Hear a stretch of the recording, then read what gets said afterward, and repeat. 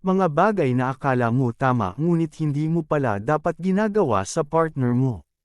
Una, panunumbat. Ito yung binabalik-balikan mo yung mga nagawang mali ng partner mo sa mga nagdaang araw o taon.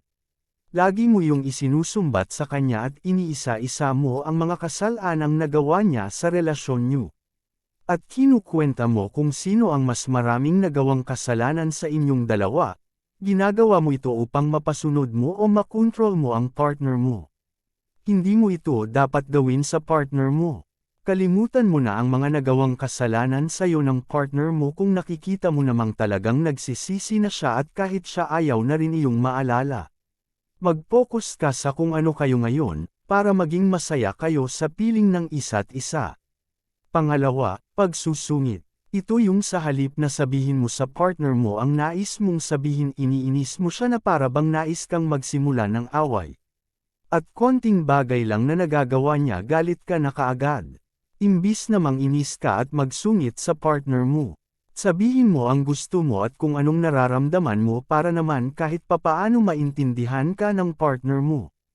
Hindi yung magsusungit ka at mang-iinis pa dahil magkakaroon lang ng lamat ang pagsasama nyo. Pangatlo, sinisisi mo siya kung bakit hindi maganda ang mood mo. Sabihin na nating hindi maganda ang araw mo, at ini-expect mo na dadamayan ka ng partner mo ngunit hindi nangyari ang inaasahan mo. Dahil marami siyang inaasikaso at busy siya sa trabaho. Dahil doon lalong sumama ang loob mo at kinu-question mo na kaagad ang pagmamahal niya sa iyo. Dapat unawain mo ang partner mo, huwag mong hahayaang masira ang relasyon niyo dahil lang sa hindi kanya nadamayan noong mga time na nahihirapan ka. Pang-apat, pagseselos. Kung naiinis ka sa tuwing may kausap at katawagan sa phone niya ang partner mo. Gumagawa ka pa ng paraan para hindi siya makipag-usap sa iba dahil naiinis ka. Minsan pa nga palihim mong binabasa ang mga messages sa cellphone niya. O kaya sinusundan mo pa siya ng palihim sa pupuntahan niya para lang makasiguro kang hindi babae ang kikitain niya.